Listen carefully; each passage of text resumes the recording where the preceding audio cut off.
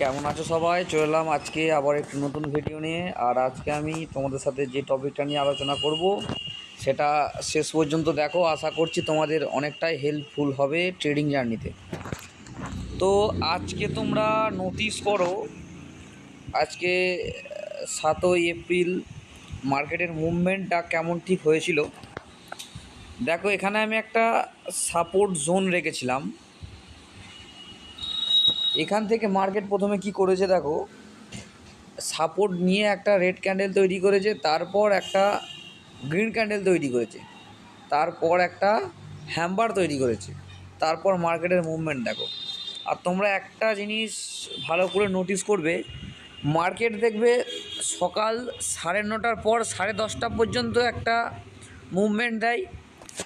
আর একটা মুভমেন্ট দেয় কখন না,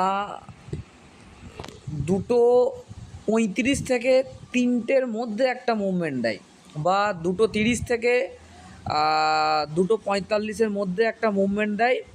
যখন দেখবে, যেদিন দেখবে মার্কেট আপ ট্রেন্ডে আছে তাহলে আপ সাইডে মুভমেন্ট দেবে, যেদিন দেখবে মার্কেট ডাউন ট্রেন্ডে আছে সেদিনকে দেখবে মার্কেট ডাউন ট্রেন্ডে মুভমেন্ট দেবে। যেমন আজকে মার্কেট আপ সাইড ছিল, আপ ট্রেন্ড ছিল, সেজন্য ভালো করে নোটিস করো আপ সাইডেই মুভমেন্ট দিয়েছে মার্কেট।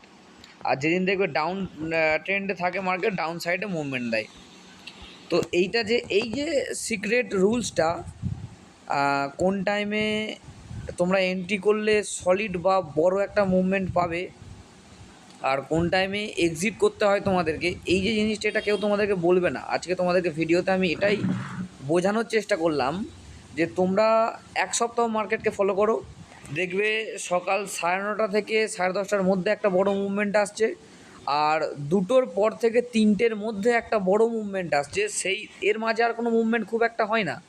তো এইটাকে তোমরা এক সপ্তাহ মার্কেটটাকে ফলো করো। আমার কথাটা এক সপ্তাহ তোমরা জাস্ট ফলো করে চলো, যে দাদা বলেছিল এটা হয় কি না হয়, দেখবে তোমরা নিজেরা রেজাল্ট পেয়ে যাবে। প্রথমত জিনিস হচ্ছে এটা।